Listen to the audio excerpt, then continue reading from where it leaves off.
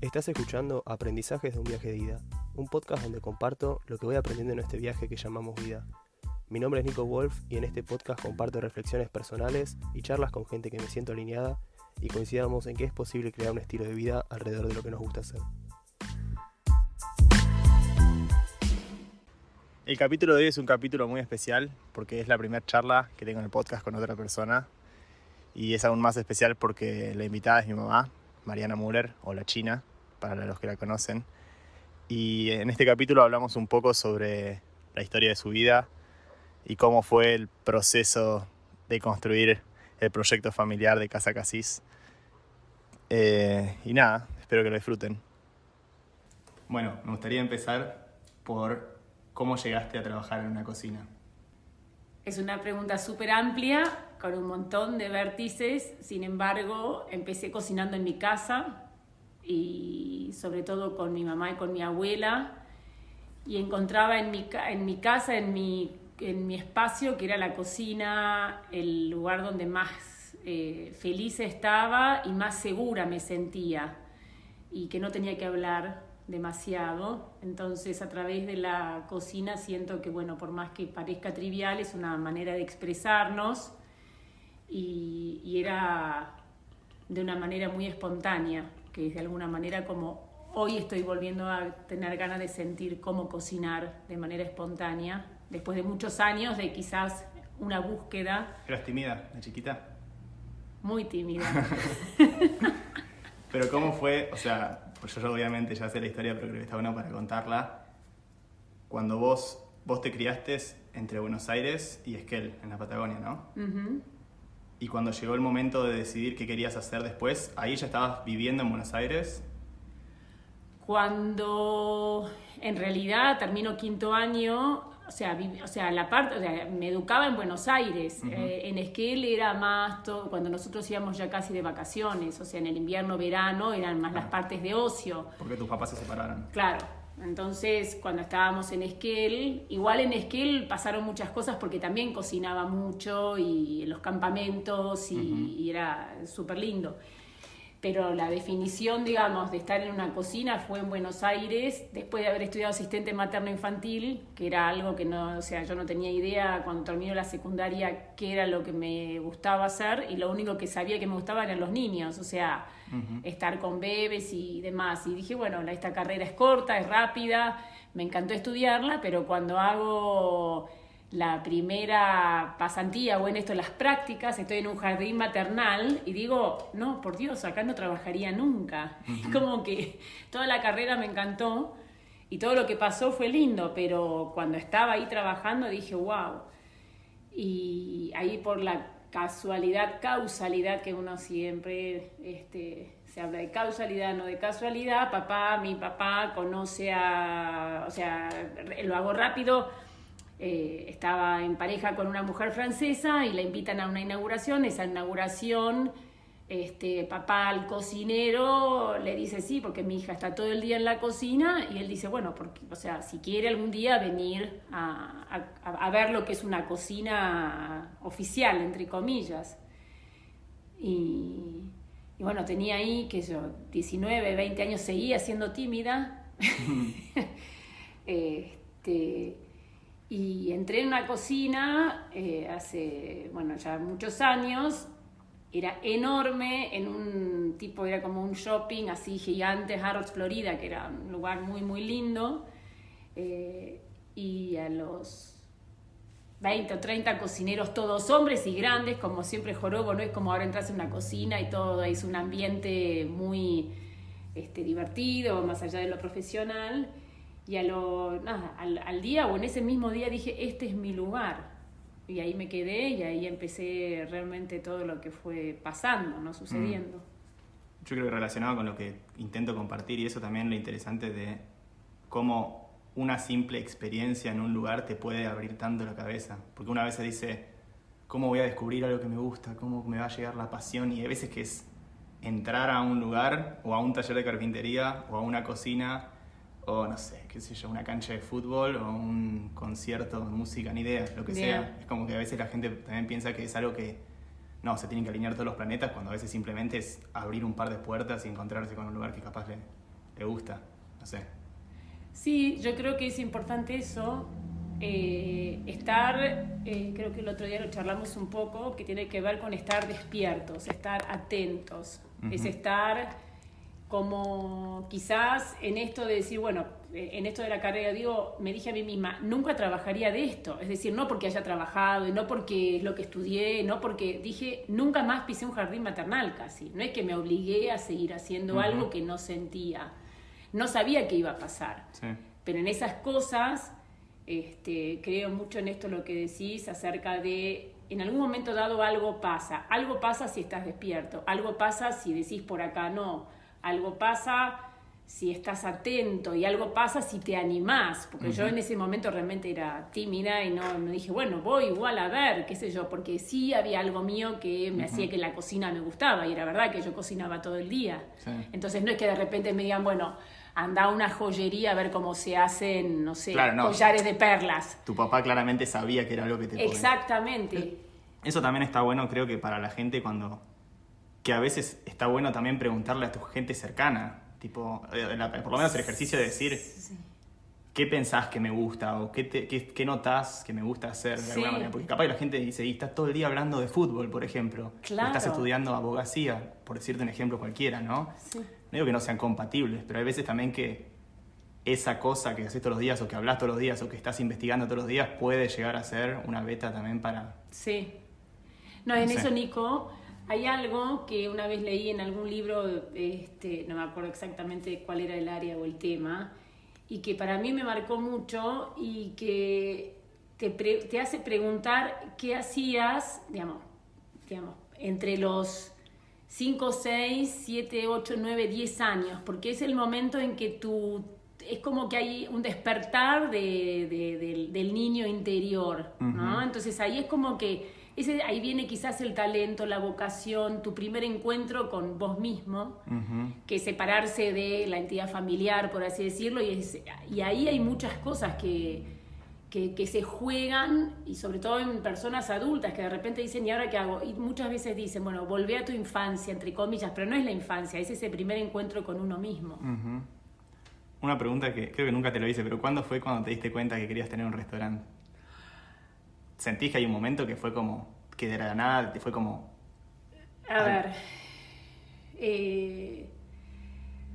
cuando estaba en las cocinas, que bueno, es normal en una persona joven... ¿Qué son 30 años hasta ahora en la cocina? Y ahora de casi son... No, desde que empezaste a cocinar, a los 18. Y 20, por ahí, 20, 21. Empezaste a los 21. Sí. O sea, 30 y pico. 30 y pico. Claro. Pero muchos años fui, o sea, como hice digamos, un poco en Mendoza, un poco en Buenos Aires, un poco en Uruguay, hasta que en el transcurso de ese tiempo, bueno, van pasando cosas, qué sé yo, y yo ya fui creciendo y dije, bueno, ahora sí ya tengo ganas ya tenía como el anhelo de irme a vivir a la Patagonia, de formar una familia y tener un restaurante. La Patagonia siempre estuvo ahí arriba. Sí, apareció de más adolescente, cuando ya, o sea, cuando éramos chiquitos y teníamos que, entre comillas, ir a Esquel todos los años, mamá, papá, vamos al mismo lado, qué sé yo, que esto, que el otro, uno quería ir a la playa, tener otro tipo de... ¿Ustedes querían ir a Esquel? De chiquititos no, pero en la medida que iba pasando los años, cuando yo, por ejemplo, volví a Buenos Aires, me ponía loca, digamos, como diciendo, no quiero volver a Buenos Aires, me quiero quedar en Esquel, digamos, claro. Pero eso fue a través del tiempo y de los años creciendo. Cuando éramos chiquitos no, era como aburrido. Y Esquel también, para aclarar, porque si alguien fue a Esquel, también quiere decir el Parque Los Alerces, los lagos, las montañas. Y sí. Entonces, ¿cuándo fue que vos cuando dijiste quiero hacer un restaurante, dijiste lo quiero hacer en la Patagonia? Sí, eso era muy, muy, muy claro en mi... Bueno, el otro día vino Miranda, una amiga que cocinábamos justo en Uruguay.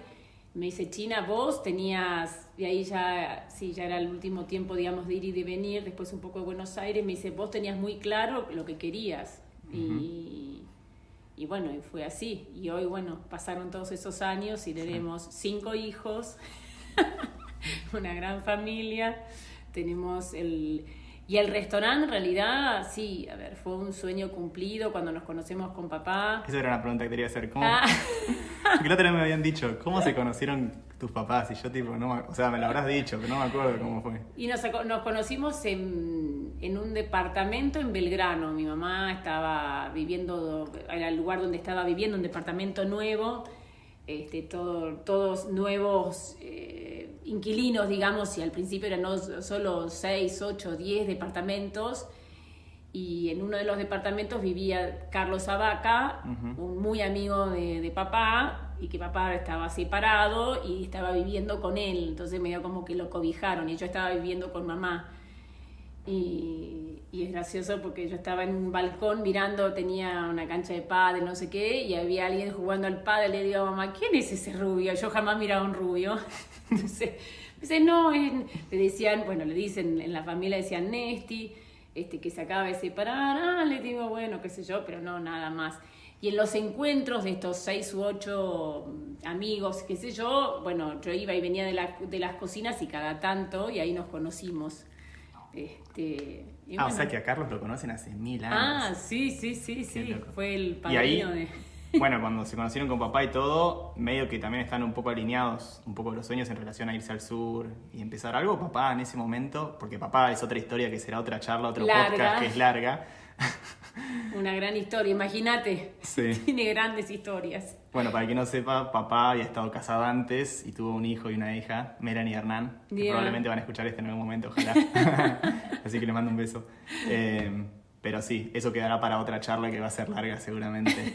Pero volviendo a la historia esta, ahí se conocieron con papá y no mucho tiempo después se fueron para el sur, ¿o sí? ¿Cuánto tiempo pasó en Buenos Aires? No, fue todo muy rápido, fue súper rápido. En realidad yo ese verano me iba a trabajar al Futalaufken. Y en realidad no, o sea, ahí nos habíamos conocido, entre comillas nos habíamos simpatizado, pero no mucho más que eso. Papá siempre va a decir anécdotas y cosas graciosas, pero bueno, son largas también.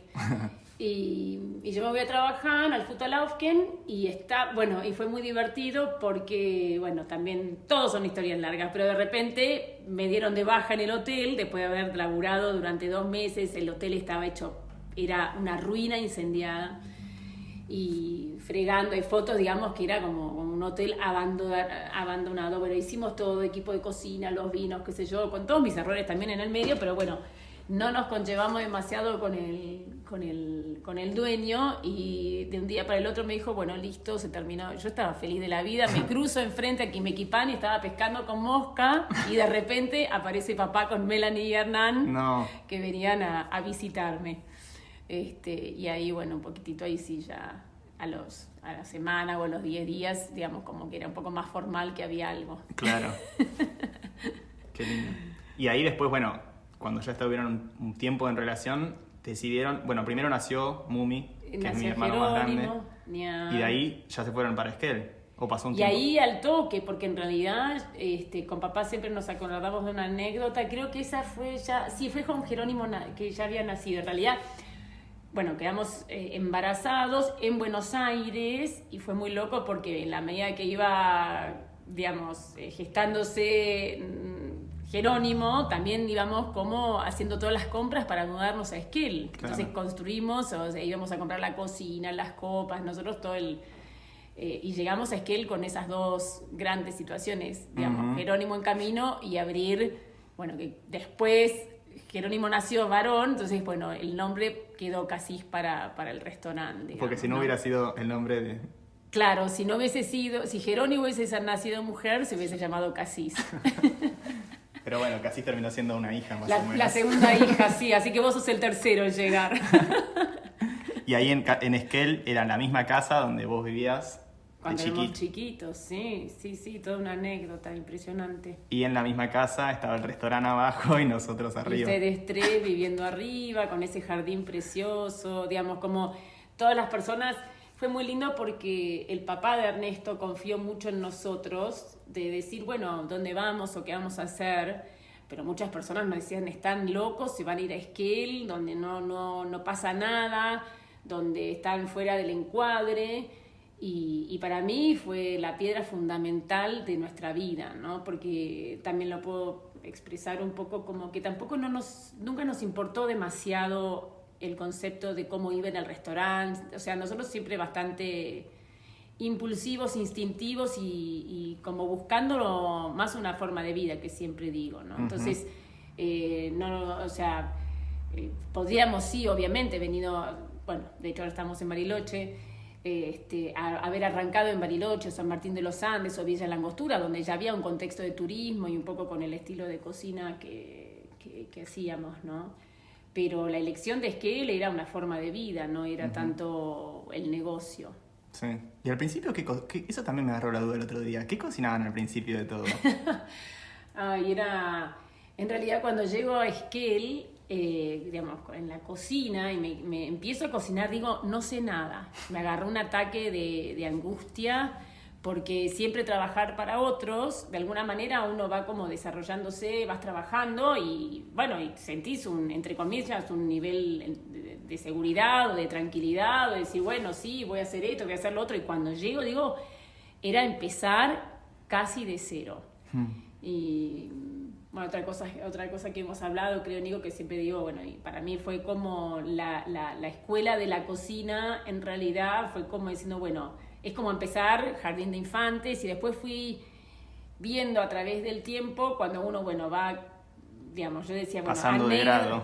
Y anécdotas que decíamos, lo hablábamos con papá, que íbamos pasando de grado, sí. y así, digamos, llegar a... Porque si te pones a pensar, la cocina o un restaurante como era en casa es invitar a gente a comer, es como, no sé, invitar amigos, solo que lo estás transformando en un negocio. O sea, ustedes al principio era eso, era recibir a gente en su casa. ¿Eso la gente lo sentía como que estaba yendo a una casa? Sí. ¿O era como un restaurante? Así, porque, viste, es diferente el hecho de... Creo que es un poco lo que hoy la gente siente cuando viene a Casís, que hablábamos también, que va más allá de ir a comer a un restaurante y punto. Sí, bueno, lo que hoy estoy trabajando enormemente es eso, lo que la gente cree cuando viene y lo que nosotros queremos, o lo que nosotros sentimos. Con papá lo sentimos como demasiadas presiones o obligaciones, entre comillas, del contexto de que, más allá de que decíamos, es en casa, pero a nivel interno, en la realidad, fue con muchas situaciones, digamos, que uno, paralelamente a esto de lo que hablamos que es tan lindo, digamos, está el lado B de la historia, sí, ¿no? Sí, que nunca nos fue bien nuestros emprendimientos, digamos, a nivel económico. Entonces, fue una lucha bastante fuerte de encontrar esa unión. Por eso digo, cuando el concepto es desde siempre, de venir a nuestra casa, nuestro estilo de vida, nuestras formas. Pero nosotros de las puertas para adentro era más difícil. Sí, bueno, pero pasa en todas las empresas que la gente de afuera ve, ay, qué lindo, qué buena vida llevan y todo, pero a veces también hay que entender que va mucho más allá de eso, en todos los aspectos. ¿Sí? Ustedes lo convivieron, digamos, momentos súper difíciles, independientemente a que papá y yo no estábamos preparados, digamos, a tener un negocio, no lo sabíamos hacer. Pero bueno, seguimos adelante confiados, nos pegamos varios palos, tuvimos un montón de caídas, nos volvimos a levantar. Pero sí, siempre con esa intención de algo como muy ameno para la gente, ¿no? Digamos, en eso es. Y pienso que esa fue la línea que se sostuvo durante todo el tiempo. Y ahí ¿qué fue en el 2001, 2002? Que decidieron que nos vayamos, bueno, ellos ya habían nacido, que nos vayamos para sí, Alemania. Bueno, ya estabas, estaban Jerónimo, vos y Mateo chiquitito. Sí. Mateo que tenía 2 años. 2 años. Sí. Ya ahí, o sea, se estaba haciendo insostenible porque no había, o sea, ya digamos, a nosotros no nos molestaba en algún punto de vista tener una vida bastante austera, pero ya de la austeridad no podían ir a la pileta, un montón de situaciones, digamos, para mí en ese momento de educación o de formación que eran, me acuerdo, patentes, y no había absolutamente nada de turismo. Bueno, eso claramente, para que no sepa, también en gran parte por la crisis que pasaba el país, o sea, la gente tampoco gastaba mucha plata, o sea, me imagino que no salía a comer así como salía a comer antes. No, y ahí ya habíamos puesto, en estas cosas que uno cree que vas a encontrar salvavidas, uno también a veces está bien y otras veces hay que ser un poquitito más precavido, ¿no? Claro. Nosotros nos lanzamos un montón de veces a piletas que no funcionaron. Sin agua. Sin agua, y si había un poco y estaba helada. Pero bueno, seguíamos tenaces. Pero bueno, ahí sí dijimos, bueno, basta. Y papá una vez nos fuimos, me dice, bueno, me acuerdo patente un día que no había nada de gente, me dice, bueno, vamos a tomar algo, una cervecería ahí, un lugar. Y papá me dice, ¿y si nos vamos a Alemania? Me lo dijo de joda. Y yo no sabía. Y le digo, bueno, nos vamos. O sea, para mí era una ¿Vos qué edad pregunta. tenías ahí? Y 28, 30. 28 habré tenido, sí. Con 3 hijos Con 3 y un hijos. restaurante. Una camioneta, la Ford. La Ford, para el que la conozca. Sí, y la Ford que formaba parte de la historia. Claro, no, es que eso es lo loco también para mí, volver en el tiempo y darme cuenta, estos últimos años viajando, estuve interactuando con mucha gente de esa edad, 28, 30, qué diferentes que eran las realidades en ese momento y hoy. Más allá que hoy capaz que gente empieza a hacer su familia a esa edad, hay mucha gente que a los 27, 28 años sí. no tiene en mente empezar una familia quizás está, o sea, muy Sí, loco eso. Sí, en eso son grandes Porque cambios. también eso, ¿no? Hay gente que hoy en día dice, me quiero ir a otro país y dice, pero no sé, o no me animo, o no tengo, no sé, como que busca siempre una excusa y cuando escuchás cosas como esta que te fuiste con 3 hijos y no tenían trabajo asegurado, Ni casa, no ni tenían trabajo, ahorro. ni ahorro, nada. Lo único que teníamos, o sea, bueno, en ese sentido, bueno, fue complicado, digamos, nos fuimos con un poco de deudas también incluso, algunas que todavía tengo para sanar, pero no hubo en ningún momento dado, cuando el papá le dije, dale, nos vamos, papá ya enganchó inmediatamente y a los 3 meses, o sea, digamos, vendimos un montón de cosas, regalamos otras y dijimos, guardamos la camioneta y la cocina. Es lo único que guardamos. Dijimos, bueno, llegamos digamos, toda la cocina quedó... O sea, todo lo que es todo el equipo de... Todo no el sé, equipo, que es de hecho... ¿El mismo que está el ahora? mismo que está ahora. No me digas. ¿Qué es lo que hay acá que estaba antes? Y la heladera grande, el horno, las hornallas, Desde las cacerolas. 25 años, Sí, 27 años. Las mismas cacerolas de Marí, que son de la hostia. Lo único que le digo, papá, remachámelas por lo menos, porque no tienen o sea, lo único que mejoró es que a veces el mango está jodido. Sí. Lo único que tenemos nuevo es un horno, digamos, de temperatura controlada y nada, una heladera más, pero es lo mismo. Qué increíble. Tremendo. Así que cuando volvimos de Alemania Claro, teníamos pero la camioneta. bueno, y eso teníamos también la es cocina. ya adelantarse un poco en la historia, porque ustedes se fueron a Alemania pensando... Ya. No fueron pensando que volvían o no volvían, fue nos vamos. No, sabíamos que nos íbamos como... En realidad, ¿qué pasó? Nosotros, cuando estábamos en Esquel, ya cuando estaba complicado, habíamos hecho unas visitas a San Martín de los Andes, un poco a Bariloche, un poco a Villa Langostura, y yo siempre como el caballo vuelve a su base, digamos, no, yo no me quiero ir de Esquel porque me costaba mucho dejar digamos, Esquel como lugar. Entonces... cuando surge esto, lo de Alemania, fue así como inmediato a la aventura. Claro. Y en realidad lo pensábamos que iba a ser un lapso específico. Nunca fue el contexto de irnos a vivir a Alemania. A ver, si las cosas se hubiesen dado, Sí. pero no estaba inmediatamente esa idea. Y en Alemania estuvimos 1 año y medio. 1 año y medio. Claro. Y ahí Sí. trabajaron también en gastronomía, en restaurante y todo. Sí. La verdad que, bueno, como siempre digo, ¿no?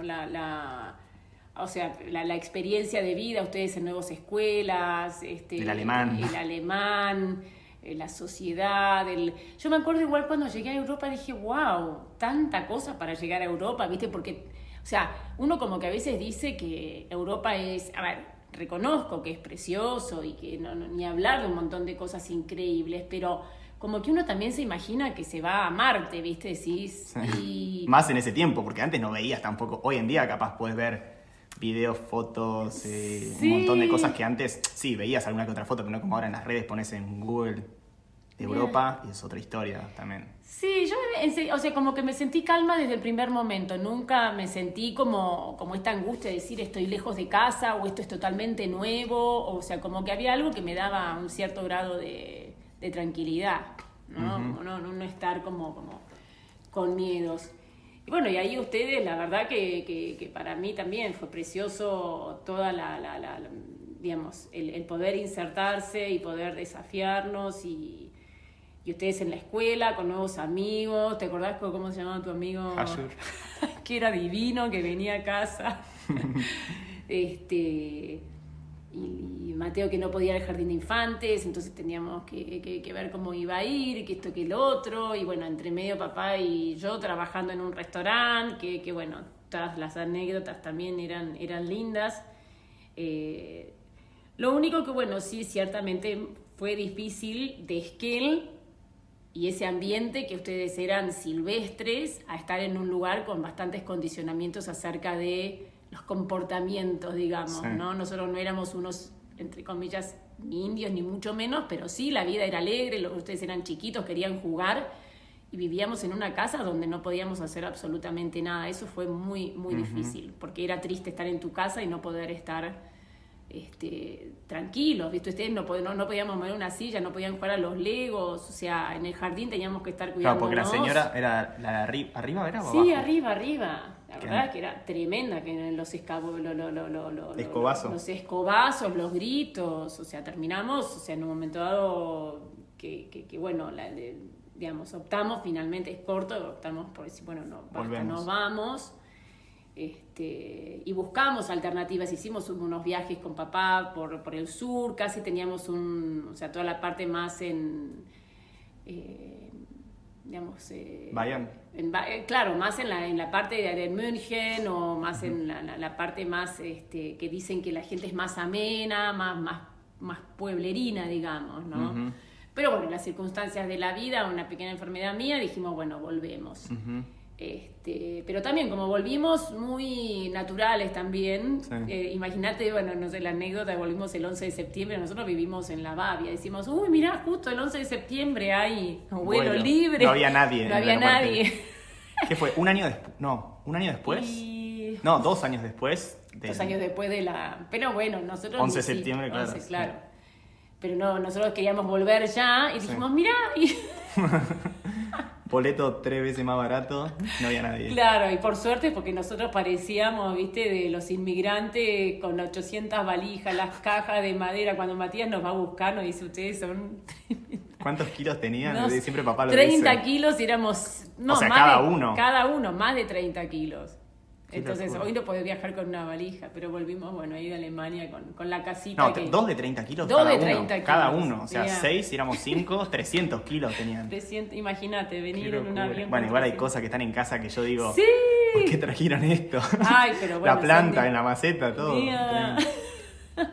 Bueno, entonces volvieron en vez de Esquel a Bariloche. Y bueno, ahí es el gran momento donde, como siempre digo, la primera pulseada, por así decirlo, a donde nos mudamos fue Esquel.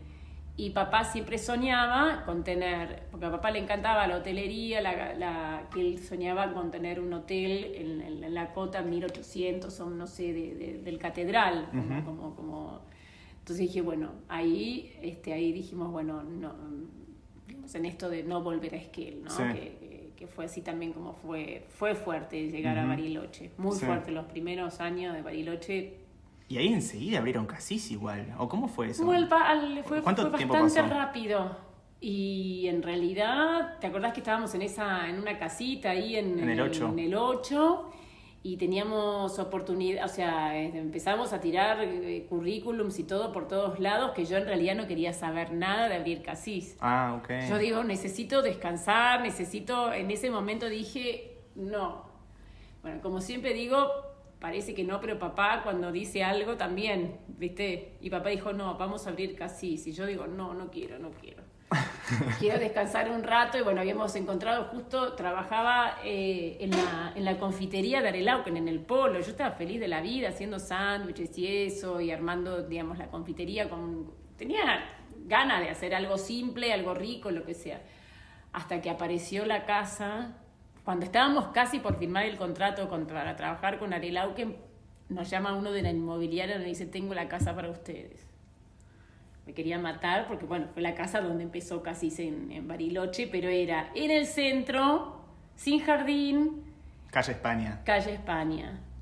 Ay, no, ¿cómo sufrí eso? ¿Eso fue duro? ¿Cuánto tiempo vivimos ahí? Y creo que por lo menos 2 años. Claro. Sí, no fue nada. O sea, después, bueno, nos acomodamos, nos amoldamos y bueno, el hecho de ustedes estaban también, compartíamos la casa, me gustaba y todo, pero fue fuerte. El inicio fue así como bastante fuerte. Y ahí, bueno, en realidad... Decí que el Buriloche tenía patio grande. Sí.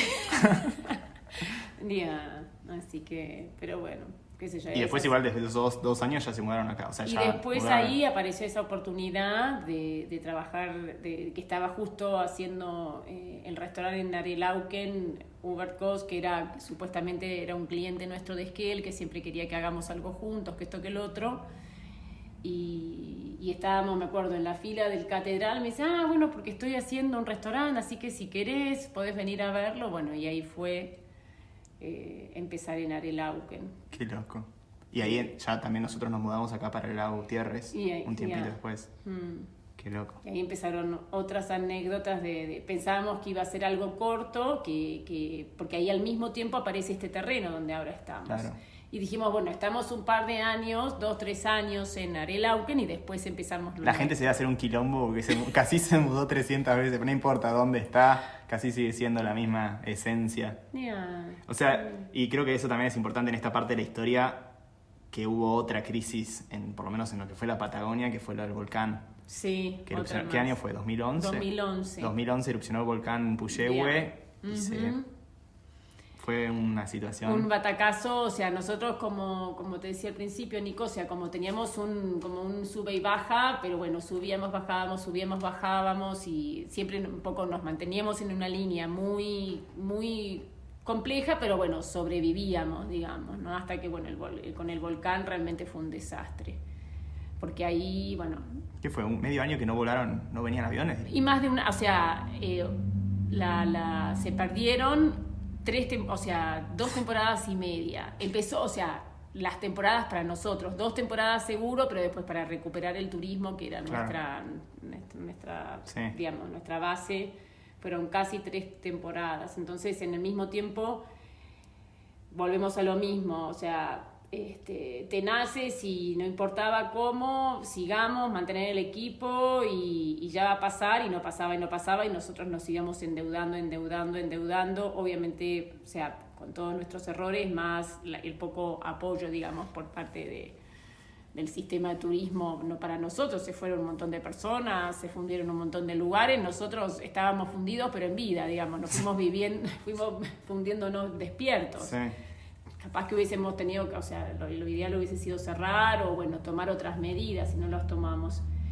Y en ese momento surge lo de Murray & Wolf, o sea, exacto. Con el Sauco, vos igual desde Esquel ya trabajabas con la flor del Sauco, o sea, sí. Y después sí. Como que lo usabas, siempre lo usaste para la ensalada, y en ese momento como que vos dijiste, bueno, más que la ensalada, ¿no? O sea, en la ensalada o para los jugos, o un espumante, un helado, sí. Digamos, siempre el Sauco así era también, lo hacíamos todo en pequeñas porciones, ¿viste? Como juntábamos el Sauco, todo empezamos en Esquel, sí, una receta de Lopa, bueno, de la tía de Lopa.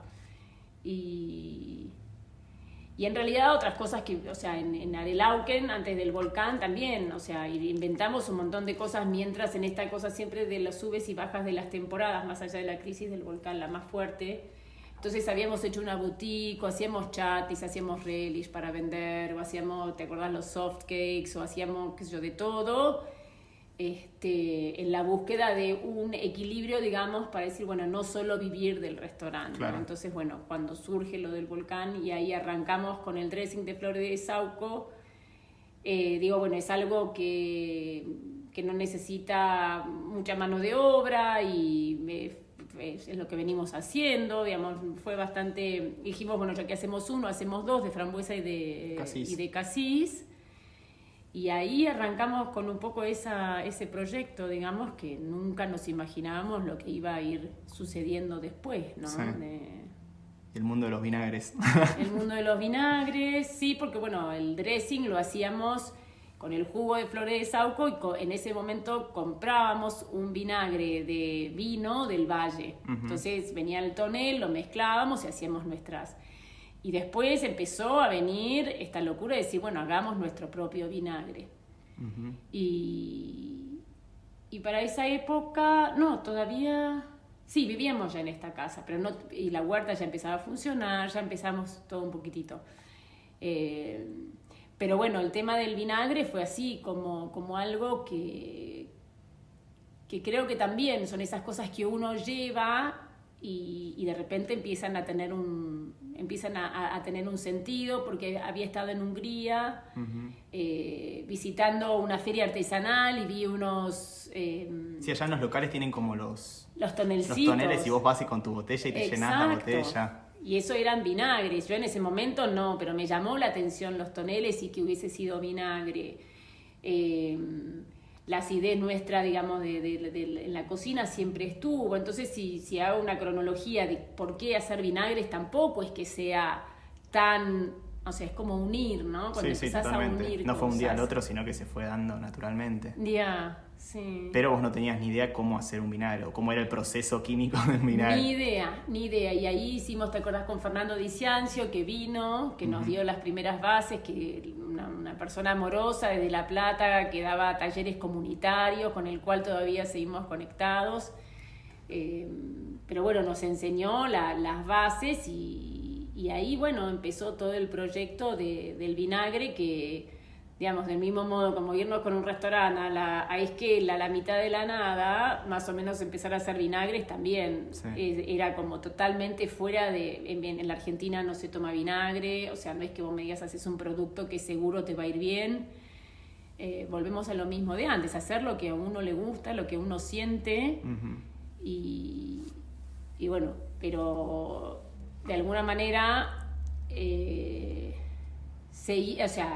seguimos haciendo todo este desarrollo, yendo a la feria a masticar. Sí, eso fue una experiencia seguramente que conectó con mucha gente, ¿o no? Sí. Porque es eso también un poco de poder lograr conectar con diferentes partes del país. Sí. A veces siento que la Patagonia es como otra parte, está un poco desconectada a veces de lo que es el resto. O sea, sí, mucha gente viene al sur, el sur, qué lindo, todo el sur, pero después va mucho más allá de ir al lago, a la montaña o a esquiar. O sea, hay un montón de cosas súper lindas para... Creo que esa conexión con los productores que hubo de todo el país, o sea, es algo que está buenísimo.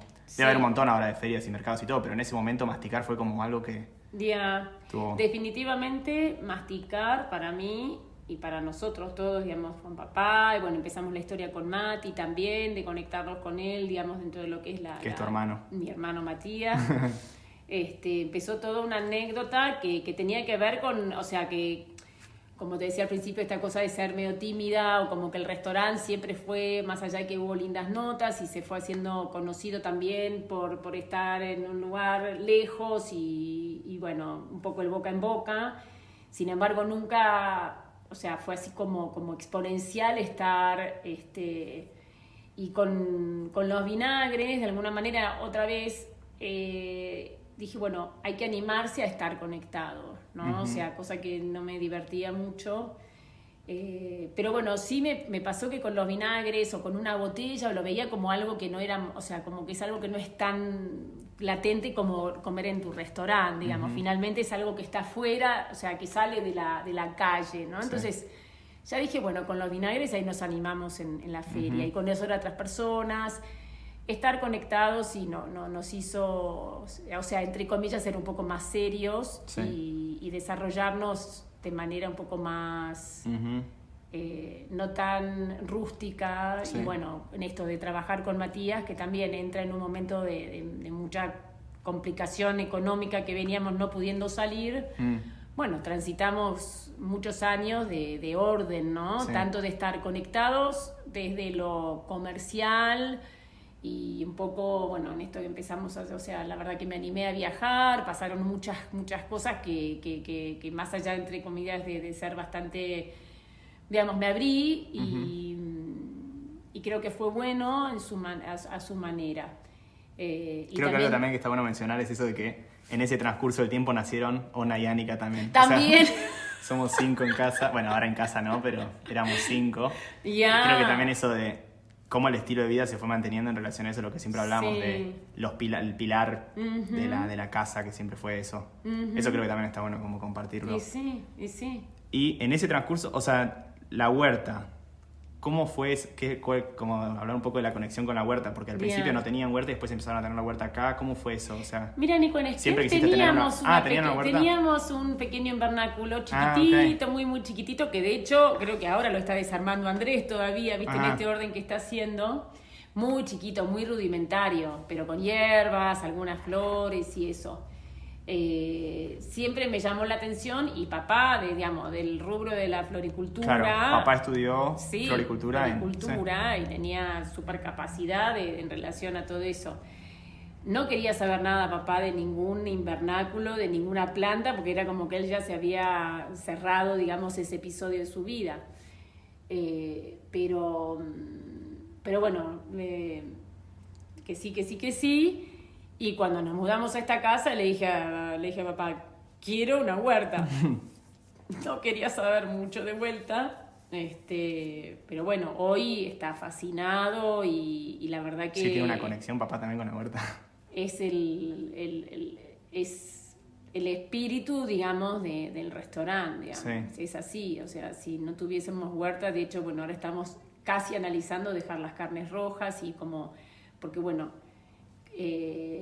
está entrando todo con mucha mayor fuerza todo lo que está pasando en la huerta y es como que decís, bueno, ya está, podemos no hacernos vegetarianos ni tampoco veganos, pero sí como ya no tengo más ganas de esas cocciones de carnes rojas y demás, ¿no? Y volviendo a eso que decías de pasar de grado, seguramente en la huerta debe haber pasado también, ¿o no? De ir aprendiendo como una escuela, o sea, ni bien empezaron con la huerta hasta el día de hoy. En la huerta estamos en jardín de infantes, te digo. Nada. No, Nico, no, o sea, no desde un lugar, o sea, casi te diría con la pregunta que me estás haciendo, es súper interesante porque... ¿Es una escuela la huerta o no?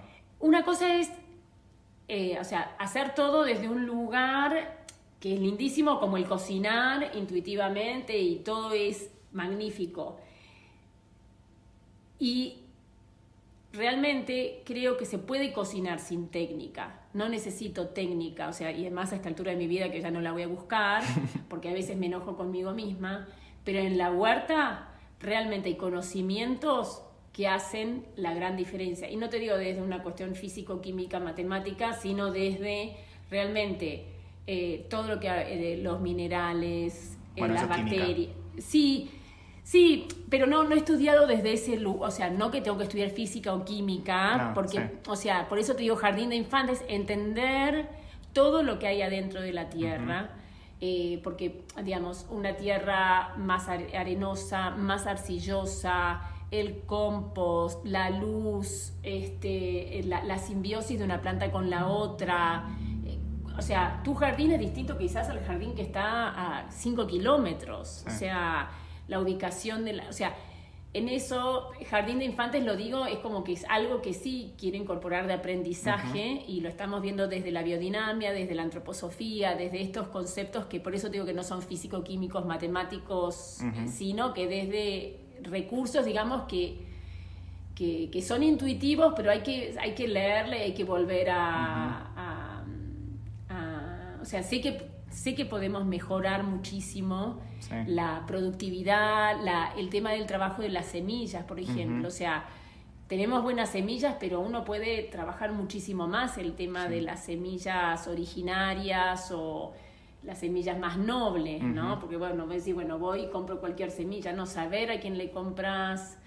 Y más allá de el restaurante, la industria gastronómica y todo, porque la huerta puede ser de cualquier tipo, no tiene que tener un restaurante, claramente va a tener una huerta, que es algo como más espiritual, pero ¿qué te enseña la huerta para vos en la vida en general? Sé que es mucho, pero algo que te venga a la cabeza. ¿Qué me enseña? Muchas veces me pasa cosas de convivencia, o sea, es como que uno cuando... No sé, es ese ecosistema, es esa situación social que pasa, ¿no? Como algo que me muestra no sé, además de solo la huerta, no sé, escucho a Thor o escucho a los pajaritos. Thor es la oveja, el cordero. El cordero, o bueno, ya quiero tener un panal, porque son los ciclos, son ritmos, son la espera, es la paciencia. Hay miles de anécdotas que se conviven Y siempre digo lo mismo, si a un niño le enseñás a manejar una huerta, le enseñás miles de valores que bueno, el otro día estaba pensando en difíciles. eso también, como en mi experiencia personal, de que hay veces que tenés que preparar la tierra, poner la semilla, regarla, cuidarla, y capaz que cosechás, no sé, depende de la planta, 1 año después, o 2 años después, o si es un árbol, 5 años después. Como que a veces pasa eso, que la gente como que no le da tanta importancia al proceso en sí de la planta y ya quiere enseguida como decir, uy, a ver, quiero que me dé un fruto, quiero que me dé algo para comer. Eso como que también es... Bueno, es relacionado a la paciencia, claramente. Sí, bueno, y en eso es también un poco cuando ustedes eran chiquitos, o sea, para nosotros compartir nuestras actividades era una manera también de educarlos. Para mí era, a veces pasaba que estaba en la huerta, podía hablar de ustedes con un montón de cosas que adentro de casa era imposible casi. Claro. Es como que eran otros, o mismo las cosas que iban pasando, ustedes estuvieron en todas las áreas, o sea, y para mí... eso fue precioso y lo sigo haciendo con Ona y con Anika y con ustedes que siguen compartiendo y lo que está pasando hoy con vos, con Mateo, Jerónimo en sus lugares, pero Ona y Anika compartiendo el día al día, para mí es una de las cosas más preciosas que ni siquiera lo tenía como meta, jamás me hubiese imaginado que podía pasar, de compartir y convivir con ustedes nuestra vida. Que para mí, bueno, son maneras que para otros es como diciendo cómo es, entre comillas, digo trabajar, pero no es trabajar, sino compartir los episodios y bueno, en esto de ser una familia grande también, o sea, 5 en una casa, todos tenían sus roles de ayudar, más o menos. Para mí en eso también, incluso en la cocina, todos cocinan, ¿no? Todos se resuelven, eso también es maravilloso, ¿no? ¿Te imaginás algún día siendo parte de un jardín comunitario, una huerta comunitaria, que vaya más allá de la casa, o sea, que puedas como sentir ser parte de algo que aporta ese valor, esos valores a más gente? Sí, eso, digamos, una... O sea, sé que aportan mucho valor a mucha gente, pero de alguna manera... Esa escuela, esa enseñanza de la huerta, creo que es algo que yo también lo viví en Nueva Zelanda. Es como que la gente, simplemente ser parte de un proyecto así comunitario, te enseña un montonazo. Bueno, a mí mi sueño es que, digamos, bueno, sea acá así, sea acá en casa o sea donde sea, me encantaría, o sea, como acá, o sea, con niños chiquititos me encantaría hacer ese trabajo. Bueno, vuelve todo el ciclo un poco. Sí, o sea, y ahora... Quizás en esta primavera ya hacemos el primer taller experimental con niños de primaria de la escuela que quizás es la escuela futura de Anika, ¿no? Qué lindo. Entonces, eso para mí es, o sea, en esto lo que compartir y bueno, el anhelo un poco que también la gente dice que es medio utópico, pero bueno, tengo muchas ganas de ordenar nuestra vida. Que hoy, bueno, gracias a, como me acordaba en esto, decíamos, bueno, con Martín Blanco, que personaje que ahora estás conociendo, sangre, sudor y lágrimas, y el acompañamiento, digamos, también en esto, ¿no? Que decías al principio, buscar personas, bueno, que de alguna manera Matías nos acompañó muchísimo en la parte, digamos, de orden y esta parte más realista. Hicimos grandes cambios para decir que hoy estamos tranquilos y ahora digo me quiero volver a desordenar. No tanto, pero sí como no teniendo que tener, o sea, estoy contenta de no tener esas inseguridades económicas y poder empezar a generar este tipo de encuentros o de hacer de Casís un espacio abierto para quien lo necesite o quien lo quiera, trabajar en la huerta. Digamos, en esta pregunta que me hacías, me parece que si es acá o si es en otro espacio, me encantaría, sí, compartir. Bueno, si te parece, podemos cerrar por acá. Si tenés ganas de decir la última, algún mensaje o algo como, ¿cuál sería tu consejo para alguien que está en búsqueda de eso, que como que está buscando algo que le apasiona o alguien que quiera encontrar algo pero se sienta perdido? Qué bueno que esté perdido, porque es lo primero Darse más cuenta. importante, darte cuenta que estás perdido, que en realidad en la vida constantemente vas a estar perdido, porque vas a encontrar un camino y después vas a tener o sea, como para mí la vida constantemente te pone a prueba. O sea, no es una vez que vos decís, bueno, voy por acá y ya tengo. Entonces en eso, en este laberinto que es la vida, yo creo que siempre si uno está en silencio y hace las cosas desde el corazón o desde la sensibilidad más que desde lo mental, no me cabe la menor duda que vas a ser feliz. No te digo si te si te van a ir bien o mal las cosas, porque eso es otro tema, pero que vas a ser feliz sintiendo lo que el camino que tenés que tomar y no dudar, si tenés confianza, darle para adelante. Seguir la intuición. Sí, es la intuición. Sí, es la intuición, es la sensibilidad, es en este trabajo de estar despiertos, Nico, ¿no? Y yo creo que moverse, y a veces dicen, wow, qué suerte tuvo. No, nadie tiene suerte. La suerte para mí no existe. O sea, podés tener buenas oportunidades, pero las buenas oportunidades tenés que estar despierto para verlas. Entonces decís, no, por acá no, por acá no. O sea, es como soltar el timón, por así decirlo. Si vos estás seguro quién sos, a veces soltar el timón también está bueno. O sea, y después, bueno, también me parece que es importante con quién uno se va vinculando en la vida, ¿no? En eso, con quién tenés buena energía, buen feeling, o sea, es emprender algo. Pero también puede pasar que te vayas encontrando con personas que no coincidas tanto. También puede pasar cosas interesantes, ¿no? O sea, no que todo sea perfecto, pero saber con quién vas a compartir es importantísimo. Bueno, gracias, Ma. A vos, Nico.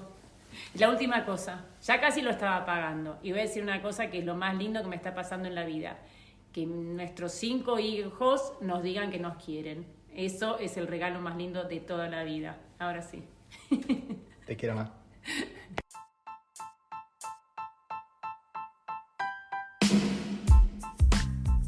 Gracias por escuchar Aprendizajes de un viaje de ida. Si te gustó, me ayudas mucho y probablemente a otros compartiendo en tus redes y calificando este podcast con una crítica constructiva.